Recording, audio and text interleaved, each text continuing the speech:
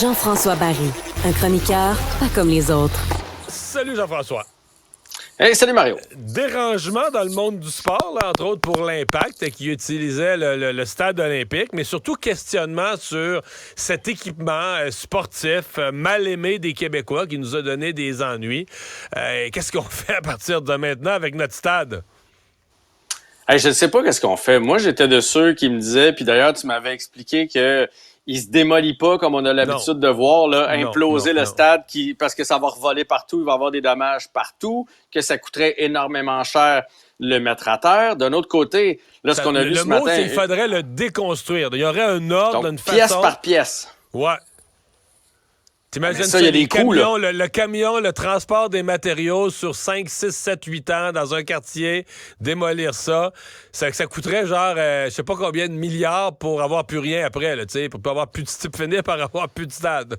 Sauf que là, 750 millions à 1 milliard, là, c'était l'évaluation qu'on pouvait lire ce matin dans la presse. Et la question que j'avais pour toi, parce qu'aujourd'hui, j'ai réfléchi à ça suite à ma chronique de ce matin avec Alexandre, puis je me suis dit, et si, puis là, je sais que tu as déjà étudié le dossier, et si on le laissait sans toi? Si on le laissait... les Alouettes vont jouer là en plein été. On peut quand même organiser des parties de balles. C'est sûr qu'on le perd pendant l'hiver, mais si on le laissait sans toi, est-ce que l'anneau technique est encore bonne? Est-ce qu'on peut faire de quoi avec ça? OK. Il faut séparer en 3 parties, là.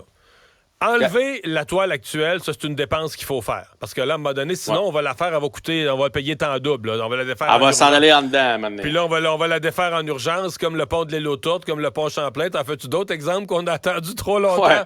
Là, donc, Labrec, le président, Michel Labrec, nous dit ça, faut le faire. Faut enlever ça, là. C'est fini. Fini.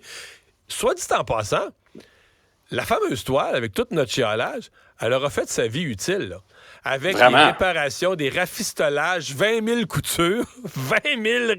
Mais on l'a payé pour 25 ans, puis ça va faire 25 ans là. Donc, elle aura fait sa vie utile, puis là, à partir de l'année prochaine, on est même sur du temps emprunté par rapport à ça. Parce que tu sais qu'on n'a pas acheté la vraie affaire. On a acheté quelque chose bon marché, parce que là, on voulait pas payer pour de quoi de bon, puis tout ça. Ouais. On a payé on a eu du bon marché aussi. On peut pas oui. toujours s'en servir. Aussitôt qu'il y a une couple de centimètres de neige, mais ça a déchiré la première année, là. On l'a installé, puis elle a déchiré dans la première année, puis il y a eu 2 personnes blessées. Là, tu te souviens, salon de l'auto, puis ça a tombé sur la tête du monde, puis bon, c'est pas drôle. Là. Bon, maintenant, deuxième chose, l'anneau, là, à cause du changement climatique, verglas, poids de la neige, toutes les patentes, il y a un renforcement. Puis poids des années, le stade va avoir 50 ans dans 2 ans. Donc, il y a une reconstruction à faire. Ça, on n'a pas le choix. Obligatoire. La troisième partie, tu l'as nommée. Est-ce qu'on dépense? Ce serait probablement la plus grosse dépense. Est-ce qu'on investit dans un nouveau toit? Moi, ce matin, j'ai fait une entrevue vraiment intéressante avec Michel Labrec qui me dit, Monsieur Dumont, là, c'est fini. Là. Le gars qui arrive, là, le nouveau soumissionnaire, hey, moi, va te faire ça moins cher. Là. Moi, j'ai une toile. Là, non, ça, on veut plus ça, là. Moi, te faire ça à moitié du prix. Hey, ça fait 2 fois qu'on met des toiles. Ça fait 2 fois qu'ils déchirent dans la première année. Le celle de 87 a déchiré en 88. Puis celle de 98 a déchiré en 99. Fini, là. Labrec nous dit, là, on fait un toit. Si on veut rester pas de toit, on peut, pas de problème. Tu l'as décrit, ce scénario-là. L'été, on a un stade ouvert. Mais si on met un toit, là, on a quelqu'un qui nous propose un toit solide, la vraie affaire, 50 ans garantie. 50 ans garantie. Est-ce que ce serait encore une toile ou ce serait quelque chose de... Tu sais, est-ce qu'on fait à Toronto une espèce de mécanisme je pense plus qui que va par-dessus, là? Je pense plus que c'est rétractable. Je pense plus que c'est solide, mais je pense plus que c'est... Il y a plus de... C'est plus rétractable. Mais on aura un toit, là. On aura un stade couvert. Ouais. Mais pour $1 milliard, puis après ça, combien chaque année, combien ça coûte en peut-être un demi-milliard, mais là, c'est ça.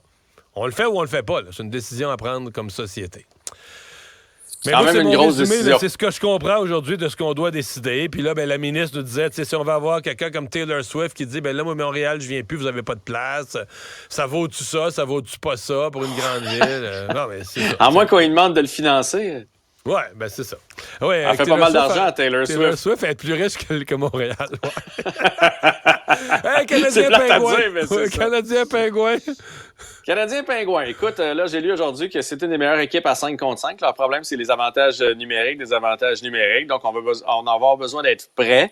Les Pingouins qui tentent une poussée pour se maintenir avec une place en série. Même chose pour le Canadien. Soit dit en passant, on est nez à nez présentement.